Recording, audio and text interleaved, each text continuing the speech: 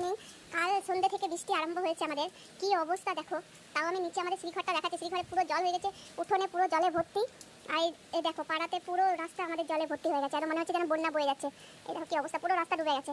কাল মানে সন্ধ্যে থেকে আরম্ভ হয়েছে, তো সমানে কন্টিনিউ বৃষ্টি চলছে, কন্টিনিউ 1 মিনিটের জন্যও থামেনি। কি অবস্থা হয়েছে, সব জায়গাতে হচ্ছে বৃষ্টি, কিন্তু মানে আমাদের কি অবস্থা সেটা আমি দেখাচ্ছি। তারপর তো শ্রীঘরে আমাদের জল ঢুকে গেছে, সেটাও দেখাচ্ছি কি অবস্থা। আমি এখন নিচে যাচ্ছি, নিচের পরিস্থিতি কি দেখা যাক। শ্রীঘরে তো জল ঢুকে গেছে। ওরে বাপরে কি অবস্থা হয়েছে শ্রীঘরটা। এই দেখো পুরো জলে ভর্তি। এ রাম, পুরো জলে ভর্তি, একদম এই সিঁড়ি অবধি চলে এসেছে। মানে এত বৃষ্টি, এত বৃষ্টি। তারপরে বাইরের পরিস্থিতি কি দেখাচ্ছি। এবার দরজাটা খুলবো কি করে, মানে আসলে আমি ফুল তুলতে নেমেছি। এ বাবা, ফুল তুলতে নেমেছি, তো ফুল তো তুলতেই হবে, না হলে পুজো হবে না, তা না হলে তো নামতাম না। কি অবস্থা হয়েছে দেখি, দরজাটা খুলি, দরজা আবার খুলতে। এ বাবা, এই দেখো পুরো উঠোন ভর্তি হয়ে গেছে জলে, পুরো উঠোন জলে ভর্তি হয়ে গেছে। এই দেখো পুরো উঠোন একদম জলে ভর্তি, পুকুর হয়ে গেছে একদম। ফুল তুলতে হবে, এতে কিছু করার নাই। দেখি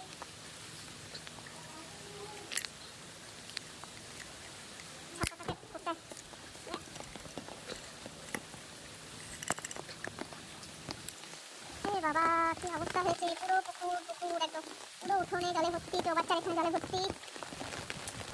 রাস্তার পরিস্থিতি তো আরো খারাপ। দেখো পুরো বাড়ি চারিদিকে উঠোনে পুরো জলে একদম ভর্তি, বন্যা হয়ে গেছে। এই যে অবস্থা,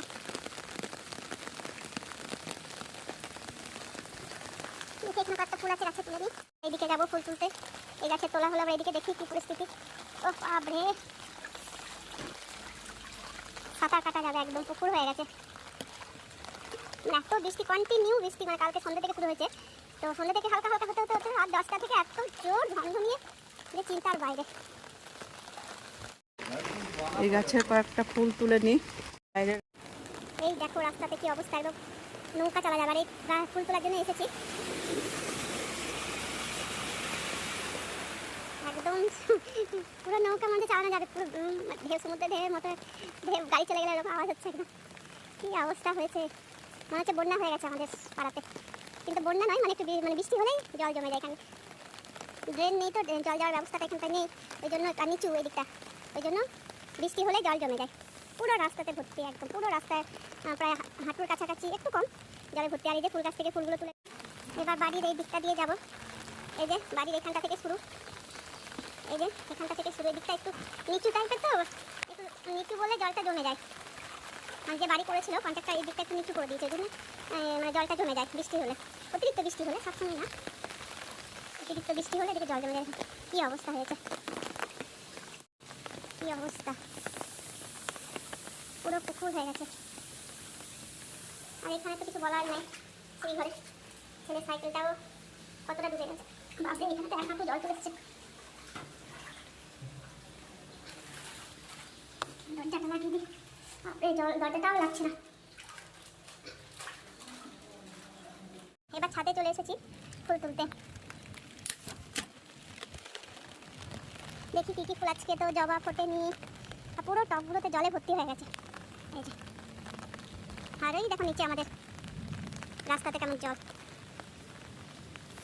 এই জবা গাছটারও জবা ফোটেনি, 3টে ফুটে আছে, থাকে 3টা নেবো না। এই টবটারও জল জমে গেছে।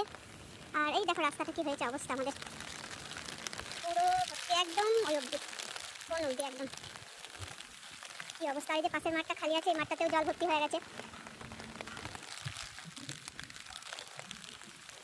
আর এখানে একটা পদ্ম ফুল ফুটেছিল, কালকে দেখলাম ফুটেছিল, আজকে হাওয়াতে সব এই যে পাবলি টাবলি সব উড়ে পড়ে আছে। সন্ধ্যাবেলা এসে দেখলাম ফুটে আছে, ভাবলাম আজকে সকালে তুলে ঠাকুরের পায়ে দেবো, তো যা বৃষ্টি, হাওয়াতে সব উড়ে চলে গেছে। সব টবগুলোতে জলে ভর্তি হয়ে গেছে। তো যাই হোক, আজকে এই ভিডিওটা এই পর্যন্তই। ভালো লাগলে অবশ্যই লাইক করো, শেয়ার করো। আবার দেখা হচ্ছে পরের ভিডিও। টাটা।